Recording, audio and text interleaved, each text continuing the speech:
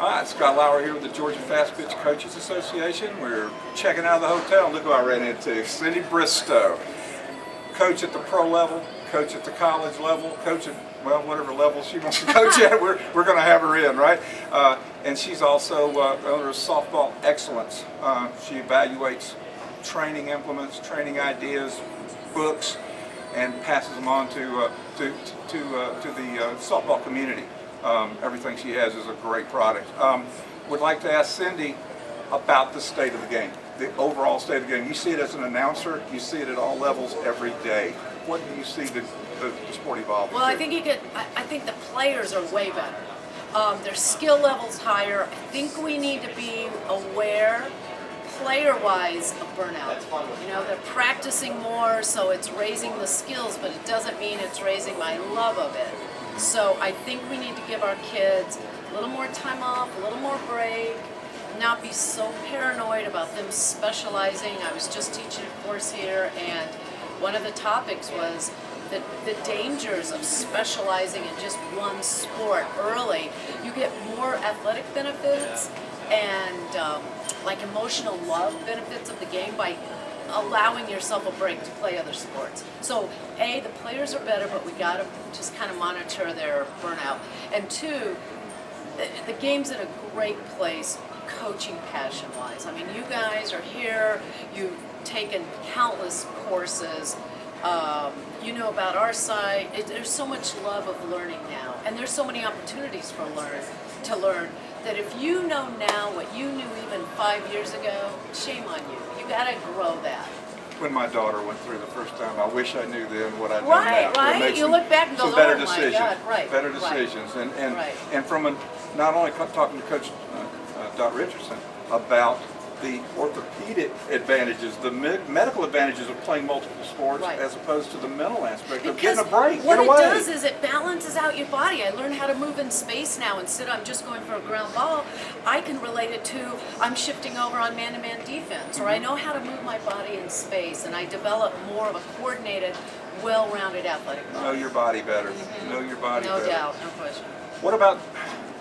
Are we doing them favors? Are we overcoaching these kids? Are we not giving them enough leeway, enough leash? Yeah. I think we answer too many problems for them. One of the things that I need to be able to do in a game, I need to do my skills, but use them in a way that you may not have ever connected the dots for me in practice. If I only know to go dot by dot by dot, I'm stuck. But if you're teaching me I'm going to use these skills to solve problems in practice, and you just don't give me the answers, I've got to solve those problems, because all of a sudden I go to throw to first and you're not there, and now all of a sudden I fake a throw and I get you coming off third. That's me putting solutions, using my skills to solve things. We answer too many questions for them, we jump in too quickly and solve too many problems. Let them struggle. Let them figure out how to solve their problems, because that's really what you're trying to do as an athlete. I'm trying to create problems for you as your opponent. You're trying to solve the problems I create. You're trying to throw problems at me, and I got to solve the problems you create. Absolutely, and be able to fly on the Yeah, fly. Go on the fly. Ran into right the coach the other right day. now. He had a book for his team like this, on his travel Yeah. team. I mean, Yeah. where's that all It's a come from? I don't big- know that much. Right, I it's don't know not how you in write like, that okay, down. 35 more grounders and you're out of here, right? Yeah. I mean, come on. What happens when I miss a grounder? Now what do I do, right? There's a follow-up play. And one of the best things that happened to me early on in the sport with Heather was you came down and did a clinic for us. I don't know if you remember, Yeah, I down at the do. College Yeah, Park Auditorium. yeah, got it. And when we were through with the clinic, with all that stuff, Cindy said, "Can I take your kids over, and can we just talk?" And we went off to the stage, if you remember. Yeah, No yeah, that parents, was a long time no ago. coaches, just kids. That was a long time ago. It was a long time Yeah. ago, wasn't it? Yeah, Sat over there for an hour talking softball. yeah. And Cindy said, "I got as much out of it as they did." And kids are hungry. I think we misjudge their love and interest. They want to know more. They want to know why. I think we need to help them understand why. And when they ask why, it's not to challenge us. It's to better get the concepts. You know, we take for granted what we know. We've been in this a long time. We might know the why, and they're new in it. Help them understand the why and empower them.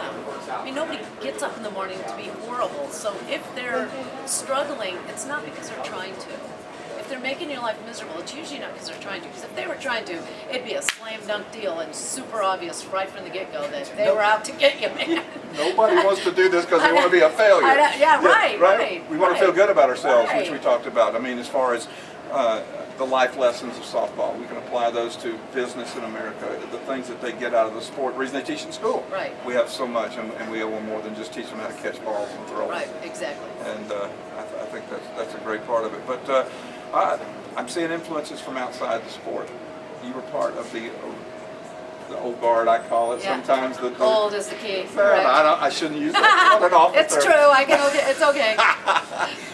But you were there in the beginning, Right. And we had some techniques I think that may have been taught that possibly were just different to be different. Right. We're doing a lot more baseball stuff now. What do you Well, see? I think we always do the best we know at the time, Mm-hmm. but things will improve what we know at the time.